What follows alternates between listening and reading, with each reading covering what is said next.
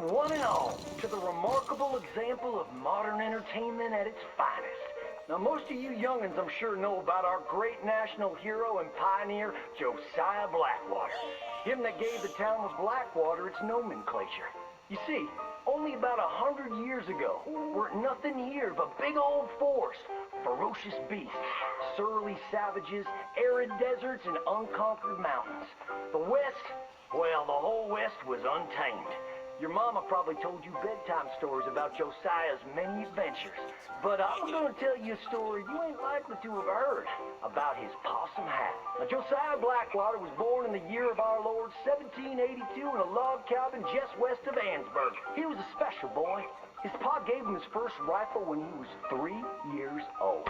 Boy, he took to it right away. He exclaimed, "There's a whole mess of critters out there in the woods that aim to eat us, so I'm gonna consume them first." Yes, sir. He really took to killing all manner of things.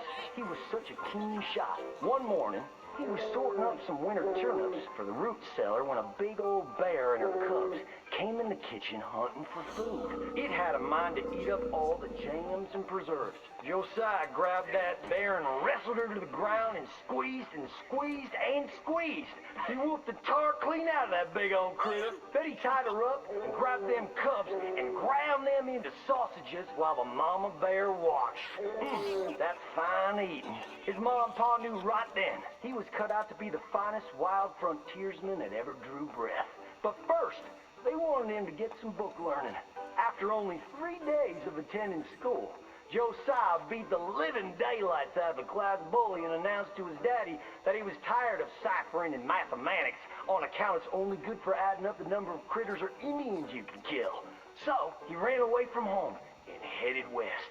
Now these lands were occupied by savages then, and when Josiah Blackwater came scouting through, he recognized it to be a land of splendor, wasted on those that couldn't appreciate it on account of worshiping false idols. He got rid of all them pesky buffalo, and thereby ensured those infernal Injuns didn't have nothing to eat. Of course, that got them mightily riled up, so he had to slaughter all of them too. Just like his daddy had once done to the Redcoats in 1775. Right about that time, he met an Indian girl he took pity on account of having annihilated her family. She was 12 years old, and so he took her as his wife. She gave him 2 sons before she died of typhus. Now, y'all know that Josiah Blackwater wore a possum for a hat, but most don't know how that came to be.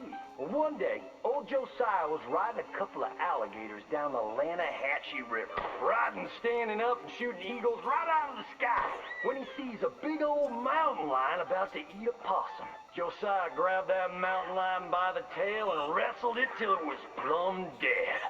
Well, that possum really took to Josiah. Followed him around like a dog loyal to his master. Yes, they had a lot of adventures together.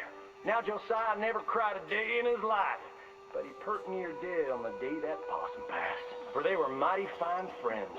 So he skinned it and made it into a hat. Back in them days, a possum skin was as good as money, but he never parted with that hat, not even for $10. Once he founded the town of Blackwater, he sent word for settlers to come. It was the last stop in the west before San Francisco. He met a girl by the name of Rufina Helsby at a barn dance one night, took her as his wife, and settled down. Built himself a cattle empire and had 14 youngins. But Josiah Blackwater wasn't the home-loving kind, and he grew mighty restless. One day on the courthouse steps, he announced, "You may all go to hell, and I will go to Saint Denis." And so he did. Enjoyed French pursuits of strumpets and wanton gluttony, which is where he came upon the idea of running for Congress. He wore that possum hat every day as a congressman, as a reminder of where he'd come from, saying, "I may live in barbaric splendor, but I always remember, keep your friends close and your gun closer, because you don't know when you might have to shoot them."